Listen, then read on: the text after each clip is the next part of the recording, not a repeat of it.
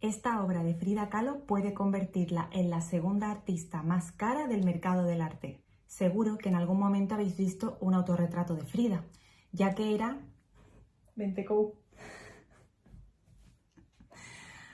ya que el autorretrato era el formato preferido del artista, porque en él podía volcar todos sus sentimientos, todas las dificultades que tenía en su día a día. Ella decía que solía pintarse a sí misma porque pasaba mucho tiempo sola y era la persona a la que más conocía. En esta foto, por ejemplo, podéis verla autorretratándose con el típico espejo. Actualmente contamos con un gran número de autorretratos de Frida, por eso no es nada raro encontrarlos en diferentes subastas de arte, ya que van pasando de mano en mano por diferentes coleccionistas. Hace algunas semanas nos encontrábamos con esta noticia de que el autorretrato titulado Diego y yo saldría a subasta por la casa de Sotheby's por un valor más o menos de 30 millones. Sin embargo, en agosto salió una noticia de que se había vendido otro autorretrato de Frida titulado Yo y mis pericos, que se había vendido por el valor de 130 millones de dólares, consagrándola como la obra más cara hecha por un artista latinoamericano. Sin embargo, al ser una subasta privada, se podría decir que no cuenta. Pero vamos a profundizar un poquito más en lo que es el mercado del arte alrededor de la obra de Frida Kahlo. ¿Por qué son tan caras las obras de Frida Kahlo? Básicamente porque el interés del artista se ha desbordado a tal grado de que podemos encontrar cualquier referencia a ella en nuestro día a día, ya sea en Instagram, en las redes sociales, en películas, en la calle. Es impresionante. Además, tenemos que añadirle el momento histórico en el que estamos viviendo, donde se ha revalorizado el arte realizado por las mujeres. ¿Pero qué tiene de especial esta obra en concreto?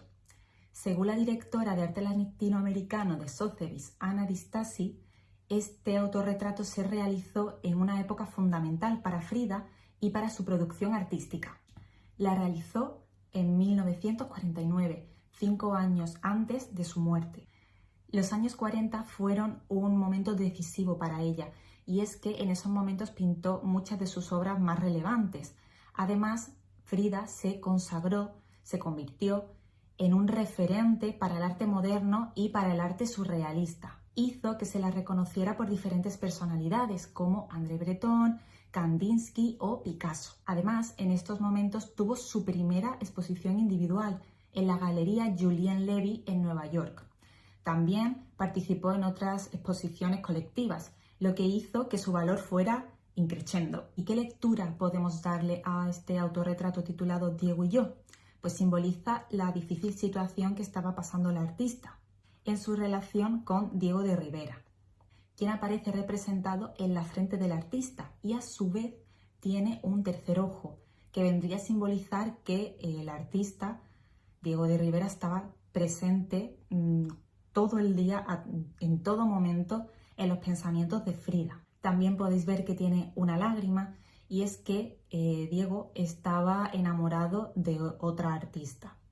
Entonces también simboliza el sufrimiento que estaba sintiendo Frida. Además podéis ver cómo el pelo está asfixiándola.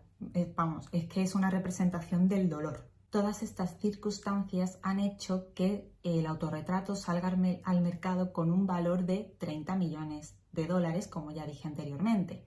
Sin embargo, es muy fuerte que en los 90 esta obra se vendió. Sin embargo, salió al mercado con un precio mucho menor. Se vendió por 1,4 millones.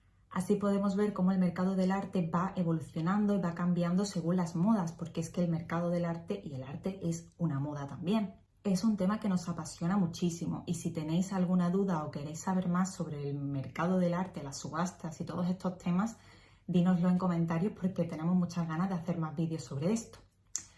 La noticia dice que la obra saldrá a subasta en la semana del 15 de noviembre, aunque todavía no se ha especificado una fecha. Yo personalmente estoy bastante expectante.